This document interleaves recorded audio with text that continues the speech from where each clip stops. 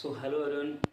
बेटा last lecture देखो हमने डिस्कस किया था बैलेंस्ड और अनबैलेंस्ड केमिकल इक्वेशंस के ऊपर। सो उसके बाद देखो हम नेक्स्ट जो लेक्चर लेके चलेंगे वो हमारा आता है लिमिटेशंस, कि केमिकल इक्वेशंस की कुछ लिमिटेशंस हैं और उनका रिमूवल भी हमने किया कि जो लिमिटेशंस थी कि क्या लिमिटेशंस हमारे पास क्या कमियां सामने आई और कैसे उनको रिमूव किया गया, तो वो सभी हम डिस्कस करेंगे। So limitations of a chemical equation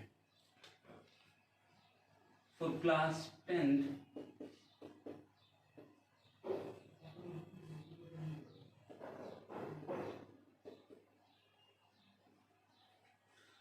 so our topic is limitations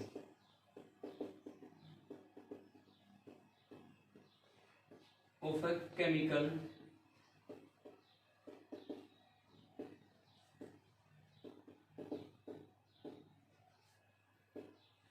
limitations of a chemical equation, कि कोई भी केमिकल इक्वेशन उसकी क्या क्या लिमिटेशंस होंगी।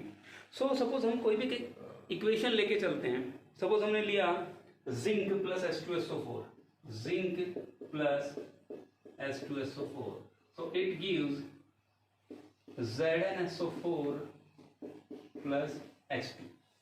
सो सबसे पहला जो पॉइंट आता है दैट इज की फिजिकल स्टेट के बारे में नहीं पता, कि जो भी रिएक्टेंट और प्रोडक्ट हम लेके चले उनकी physical state. First point is physical state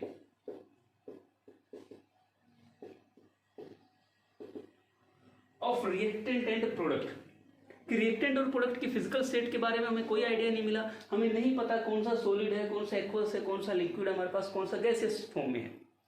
तो सबसे पहले तो ये हमारे पास लिमिटेशन आई कि फिजिकल स्टेट के बारे में हमें कोई जानकारी नहीं मिली।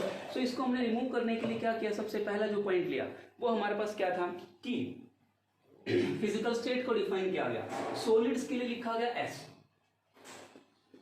लिखा गया कि हमारे पास सॉलिड होगा। लिक्विड्स के लिए सिंपली हम लिख देते हैं एल। एक्वस सॉल्यूशन के लिए लगा देते हैं ए क्यू। क्लियर हो गया। गैसेस के लिए हम लिख देते हैं जी, या एरो भी लगा देते हैं कुछ इस तरीके से। तो ये हमारे पास क्या है, सिंबल्स कुछ यूज किए गए। जो भी हमारे पास रिएक्टेंट और प्रोडक्ट थे उनके साथ हमने सिंबल्स यूज किए और उन सिंबल्स को यूज करने के बाद हम रिएक्टेंट और प्रोडक्ट की जो है एक्चुअल जो स्टेट है उसके बारे में पता लगा सकते हैं। फॉर एग्जाम्पल हम बात करें इसी रिएक्शन के अंदर, तो जिंक हमारे पास क्या है, सॉलिड, तो हमने लगा दिया। ये क्या हमारे पास एक्वस सॉल्यूशन है। उसी तरीके से जिंक सल्फेट हमारे पास क्या रहेगा, एक्वस सॉल्यूशन है प्लस हाइड्रोजन। यहां गैस लिख सकते हो या इसके साथ हम एरो लगा सकते हैं, इट इज ए गैस। सो ये हमने फिजिकल स्टेट के बारे में बता दिया कि जो फिजिकल स्टेट है उसको इस तरीके से हम डिफाइन कर सकते हैं। तो फर्स्ट पॉइंट क्लियर है। नेक्स्ट हमारे पास आता है concentration of the acid and base. Second point is concentration of acid.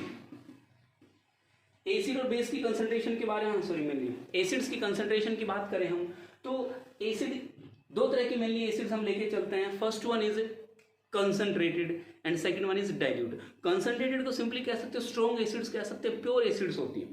दूसरा होता है डाइल्यूट। डाइल्यूट एसिड के अंदर क्या होता है, हमारे पास कुछ उसके अंदर वाटर के अंदर हम ऐड करते हैं, मतलब सिंपली कह सकते हैं उसकी कंसंट्रेशन थोड़ा सा घट जाती है, रिड्यूस हो जाती है। तो हमें ये नहीं पता कि कौन सी एसिड है, डाइल्यूट है या कंसंट्रेटेड है। सो हम दो वर्ड्स यूज करेंगे, देखो। सो कंसंट्रेटेड के लिए हम यूज करते हैं CONC, this is for concentrated, कि हमारे पास कंसंट्रेटेड एसिड है। और डाइल्यूट के लिए हम यूज करते हैं DIL। ये हमारे पास अगर सिंबल सामने वर्ड्स लिखे तो इसका मतलब हमें यहां से क्लियर हो जाता है कि कौन सा कंसंट्रेटेड एसिड और कौन सा डाइल्यूट एसिड है। सो कोई भी रिएक्शन हम लेके चलते हैं, सपोज यहां पे हम लेके चले तो यहां पे लिख सकते हैं डाइल्यूट, इसका मतलब कि डाइल्यूट सल्फ्यूरिक एसिड है। क्या होगा, ये डाइल्यूट सल्फ्यूरिक एसिड हो गया। क्लियर है।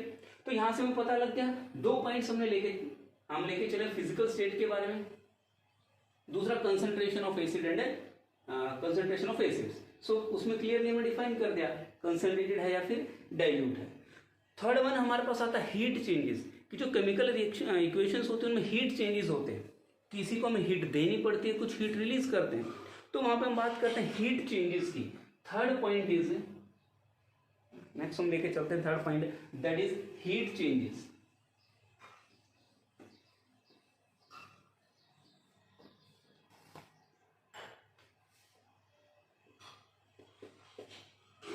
Heat changes. हीट चेंजेस की हम बात करते हैं, देखो हीट चेंजेस होते हैं तो दो तरह की मेनली हम रिएक्शंस लेके चलते हैं। एक हमारे पास होती है एक्सोथर्मिक रिएक्शन और एक होती है endothermic reaction. First one is exothermic and second one is endothermic. ये हम ऑलरेडी डिस्कस कर चुके हैं कि एक्सोथर्मिक रिएक्शंस वो होती है जो हीट रिलीज करती है और एंडोथर्मिक रिएक्शंस वो होती हैं जो हीट एब्जॉर्ब करती है, इनको हीट प्रोवाइड करनी पड़ती है। तो ये हमें कैसे पता चले, तो सिंपली हम कोई भी एग्जांपल लेके चले, सपोज एक्सोथर्मिक का हम लेके चल रहे हैं तो यहाँ पे हीट रिलीज होती है, सिंपली हीट जो है वो हमें मिलेगी प्रोडक्ट की साइड में। क्या होगा, प्रोडक्ट की साइड में। फॉर एग्जाम्पल हम बात करें, देखो क्विक लाइम का लेते हैं CaO plus H2O, it gives CaOH twice plus heat. So simply हमने यहाँ पे देखो ये बता दिया हीट, यहाँ पे हीट हमें मिली प्रोडक्ट की साइड, प्रोडक्ट की साइड हीट मिल रही, इसका मतलब हम सिंपली क्या कहेंगे ये है एक्सोथर्मिक रिएक्शन, कि इसमें हीट रिलीज हो रही है। सिंपली ये कह दो कि इसमें प्रोडक्ट की साइड अगर हमें हीट मिलती है वो हमारे पास क्या रहेगी, एक्सोथर्मिक रिएक्शन। क्लियर भाई, कोई डाउट है तो बताओ इसमें। नेक्स्ट आती है एंडोथर्मिक रिएक्शन। एंडोथर्मिक रिएक्शन होती है जो हीट एब्जॉर्ब करती है, इनको हमें हीट देनी पड़ती है। फॉर एग्जांपल हम बात करें N2 plus O2, N2 plus O2 plus heat, it gives NO। Formation हो जाएगी NO की। यहां से अगर बैलेंस करना चाहो तो इसको हम बैलेंस कर सकते हैं, बैलेंस्ड केमिकल इक्वेशन हो। सो हमने यहाँ पे या तो रिएक्टेंट की साइड हीट मिले या हम यहाँ पे हीट लिखें, ये हमारे पास क्या होगी, इनको हीट देनी पड़ती है। जो हीट एब्जॉर्ब करते हैं वो सारी रिएक्शंस क्या कहलाएंगे हमारे पास है, एंडोथर्मिक रिएक्शन। तो यहाँ से हमें क्लियर हो गया कि कौन सी एक्सोथर्मिक रिएक्शन है, कौन सी एंडोथर्मिक रिएक्शन है, किसको हम हीट देनी पड़ेगी, कौन सी हीट रिलीज करते हैं। क्लियर है। तो मेनली यहाँ पे हमारे पास अगर हम बात करें dilution of acid, dilution of base, सारी की सारी हमारी क्या है, एक्सोथर्मिक रिएक्शंस होती है मेनली, क्योंकि वो हीट रिलीज करती हैं। सारी की सारी क्या है, हीट रिलीज करती हैं।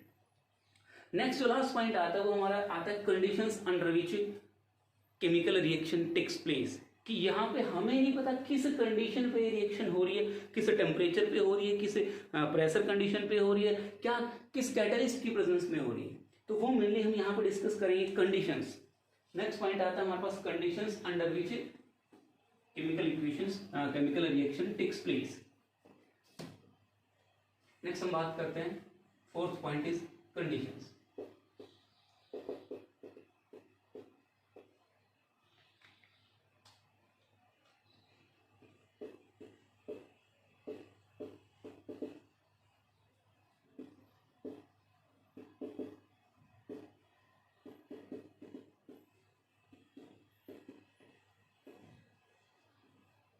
सो conditions under which chemical reactions takes place.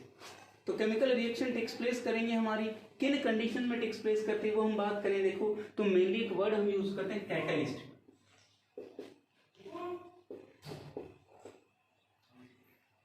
Catalyst हमारे पास क्या होगा, तो कैटलिस्ट क्या हमारे पास एक ऐसा सब्सटेंस होगा जो मेनली हम बात करें केमिकल रिएक्शन की स्पीड को, रिएक्टिविटी को इंक्रीज कर देता है। तो केमिकल रिएक्टिविटी को इंक्रीज कर देता है, सिंपली कुछ केसेस में डिक्रीज भी कर देता है। सो कैटलिस्ट हमारे पास क्या है कि एक ऐसा सब्सटेंस होगा जो हमारे पास क्या करता है, केमिकल रिएक्शन की स्पीड को या कह सकते हो रिएक्टिविटी को इंक्रीज कर देता है, बढ़ा देता है।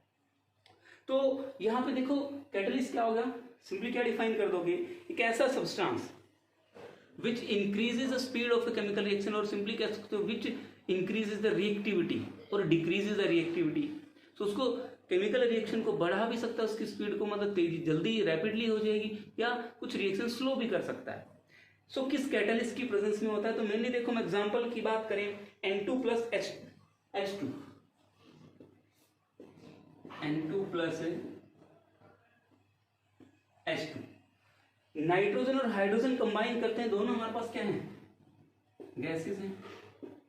क्या बन जाता है, यहां से हमारे पास अमोनिया की फॉर्मेशन हो जाएगी NH3, ये भी गैस है।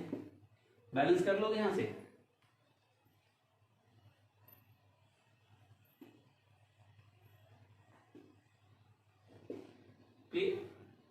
ठीक है भाई। तो N2 plus 3H2 it gives 2NH3। तो यहां से देखो हम लेके चल रहे हैं, अब कंडीशन हमें लेके चलेंगे किस कंडीशन में टेक्स प्लेस करती है, तो ये टेक्स प्लेस करते हैं 500 डिग्री सेल्सियस। तो कंडीशन होगी हमारे पास 500 डिग्री सेल्सियस, या सिंपली कह सकते हो 200 atmospheric pressure in the presence of catalyst Fe iron की प्रेजेंट में होती है। सो ये हमारे पास क्या होगी कंडीशन की, किस कंडीशन में केमिकल रिएक्शन टेक्स प्लेस कर रही है। So, ये हमारे पास क्या होंगी conditions under which chemical reaction takes place. Clear भाई। सो ये हमारे पास क्या थी लिमिटेशंस थी ऑफ केमिकल इक्वेशन, वो हमने दूर करी हैं और हम साथ ही साथ उनका रिमूवल भी किया है। क्लियर भाई। नेक्स्ट टॉपिक फिर आगे हम डिस्कस करेंगे हमारा टाइप्स ऑफ केमिकल इक्वेशन। ठीक है भाई, okay, thanks, have a nice day.